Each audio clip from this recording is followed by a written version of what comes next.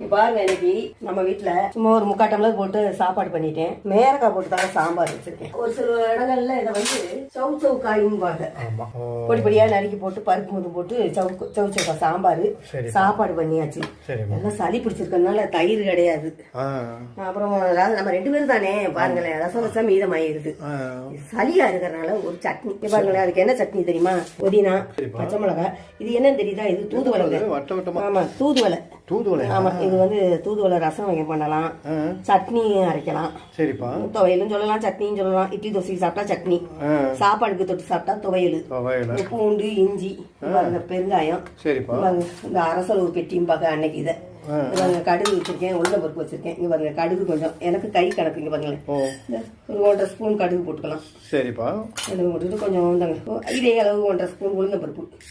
இதை நல்லா வறுத்துடணும். சரிம்மா. வறுத்துட்டு இந்த தேங்காய் கொஞ்சம் வச்சிருக்கேன் பத்தியில, இதெல்லாம் போட்டு நல்லா வறுத்து பெருங்காயத்தூள் போட்டு நல்லா வெட்டியா அரைச்சா துவையல். இப்ப இந்த சாப்பாட்டுக்கு இந்த சாம்பார், இதுக்கு இந்த ஒரு துவையல் தூதுவளை போட்டு துவையல். சூப்பர்ப்பா. இத்தனை இலை போடுமா? இவங்க எல்லாம் போட்டிருக்கோம் பத்தியா, நல்ல பவரா இருக்கும். இந்த சளி தொந்தரவு பத்தியா, குரலையே மாத்திடுச்சு பத்தியா. என்னதான் நீங்க நம்ம டாக்டர்கிட்ட போனோம்னா அரைவாசி தான் இப்ப சௌரியமாகுது. டாக்டர்கிட்ட போயிட்டோம். இருந்தாலும் நம்ம கையில கொஞ்சம் நாட்டு வைத்தியம் சொல்லுவாங்க பத்தியா, நாட்டு வைத்தியம் கொஞ்சம் நம்ம பண்ணிக்கிறோம். தூதுவளை நல்லது இல்ல? தூதுவளை நல்லது, பிரண்டை நல்லது. இந்த மாதிரி எல்லாம் கொஞ்சம் பண்ணிக்கிட்டா ரொம்ப நல்லது. சரி, இன்னைக்கு இந்த துவையலை அரைச்சிடுறேன். கடுகும் உளுந்தம் பருப்பும் வறுத்துக்கிறீங்க? ஆமா, இதை கொஞ்சம் நேரமா வறுத்துக்கிறோம். பொன்னிறம் பாக்கல, இந்த நேரமா இதை வறுத்துக்கிறோம். எதுக்குன்னா, இந்த புதினாவும் தூதுவளையும் போட்டு ஒரு துவையல் அரைக்கிறோம்ல, அந்த துவையலுக்கு இதை வந்து நம்ம அரைச்சுக்கிறோம். கொஞ்சம் கடுகு கொஞ்சம் வெடிக்கும், தள்ளி நின்றுக்கிறோம்.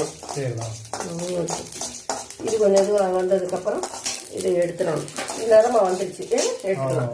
எதுக்கு இது இப்படி எடுக்கிறோம்னா, மிக்சியில போடும்போது இந்த ஒட்டுக்கை எல்லாம் ஒன்னா இதோட போட்டோம்னு வச்சுக்கோங்களேன், இந்த உளுந்த பருப்பு இருக்குல்ல, அது வந்து அரைபடாது. அதுக்குதான் எப்பயுமே இந்த மாதிரி பருப்பு எல்லாம் வறுத்தோம்னா துண்டா வறுத்து எடுத்து வச்சுக்கிறோம். ஒரு ஓட்டு ஓட்டிடணும். இதை முதல்ல ஃபர்ஸ்ட் மிக்சியில ஒரு சுத்திட்டு அடுத்து அது மேலேயே இந்த மற்ற ஐட்டங்கள் எல்லாம் போட்டு அரைச்சிட்டோம்னாக்கு நல்லா சட்னி, தண்ணியை ஊத்தினா சட்னி, கெட்டி அரைச்சா துவையல்.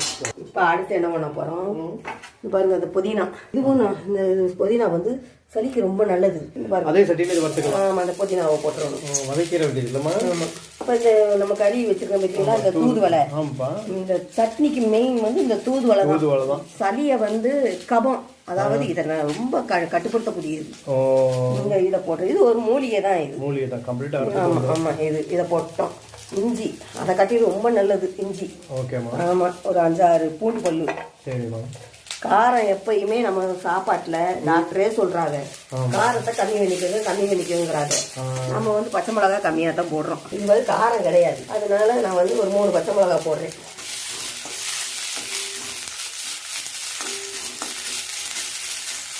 பெருங்காயம்.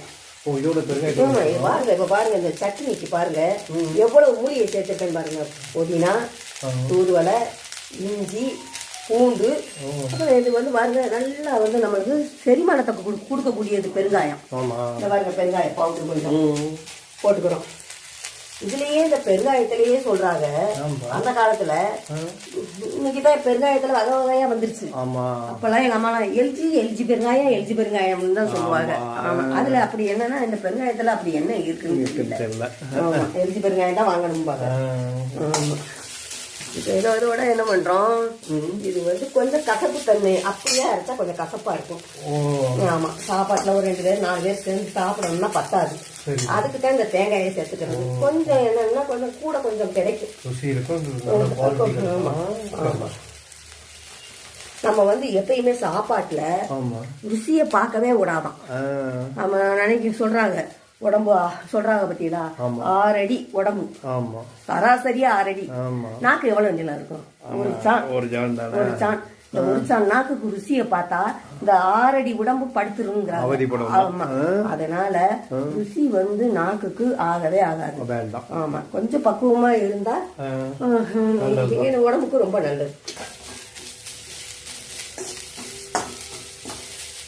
நான் இந்த பேச்சுவாக்குல புளிய மறந்துட்டேன்.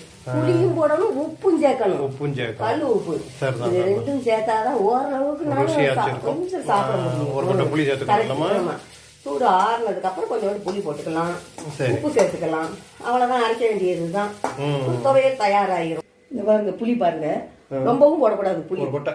சும்மா எத்தனையோண்டு கூட ரொம்ப இது. இந்த பாருங்க இவ்வளோண்டு புளி, ஏன்னா அந்த சூட்ல போட்டாச்சு. இதுவும் நல்லா வதங்கிடும். இதுக்கு தேவையான அளவு உப்பு போட்டுருவோம். இந்த பாருங்க உப்பு பாருங்க, இதுக்கு தகுந்த மாதிரி கல் உப்பு போட்டுருவோம்.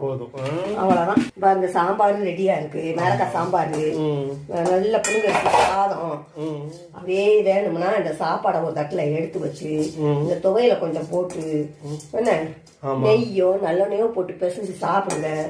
இந்த சளி வந்து ஓடுற ஓட்டத்துல ஓடி போயிடும். கடுகு பருப்பு பத்தியில இதை கொஞ்சம் பருப்புன்னு அரைச்சிக்கலாம். ஃபர்ஸ்ட் அரைக்கிறது. அரைக்கிறது முன்னாடி. ஆமா ஏன்னா இதோட ஒன்னா போட்டு இது பண்ணிடலாம், வதக்கிடலாம். இது அரைப்படாது. அதுக்கு தான் இதை வந்து ஒரு சுத்திட்டு அதுக்கப்புறம் இதெல்லாம் போட்டு நமக்கு தேவைக்கு தண்ணியா வேணா தண்ணியா அரைச்சிக்கலாம், கெட்டியா வேணா கெட்டியா அரைச்சிக்கலாம். சும்மா ஒரு ஓட்டு ஓட்டிக்கலாம், அவ்வளவுதான். அடுத்து இந்த வதக்கி வச்சிருக்க பத்தியில இந்த மூலிகை ஜாமானுங்க பூரா மெயின் வந்து புதினாவும் தூதுவளையும். இந்த சளிக்காக வேண்டி இதை வந்து இதோட சேர்த்து கொஞ்சம் ரொம்ப வலுவலுன்னு அரைச்சிடக்கூடாது. அப்படியா? பருபருன்னு கொஞ்சம் பருபருன்னு இருக்கணும். நான் அரைச்சி காட்டுறேன் பாருங்க எந்த லெவலுக்கு இருக்கணுங்கிறது. சரிப்பா. கொஞ்சம் தண்ணி விட்டுக்கிறோம்.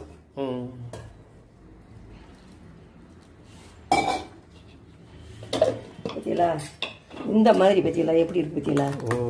துவையல் கெட்டியா இருக்குல்ல? ஆமாப்பா, பார்க்கும்போது சாப்பிடணும் போல இருக்கு, மனமா இருக்கு, நல்லா இருக்கும்.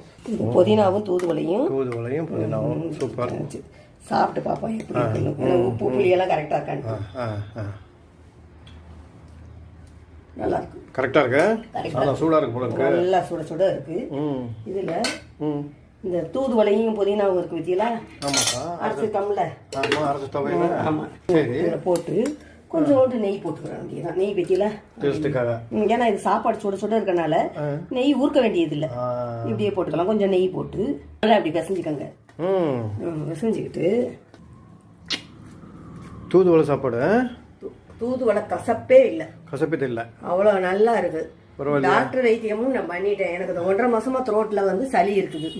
இந்த மாதிரி ஒரு மூலிகையில துவையலோ சட்னியோ அரைச்சு சாப்பிட்டா 100% சௌகரியமாயிரும். ஆமா, நீங்களும் இது மாதிரி செஞ்சு பார்த்துட்டு எப்படி இருக்குன்னு கமெண்ட் பண்ணுங்க.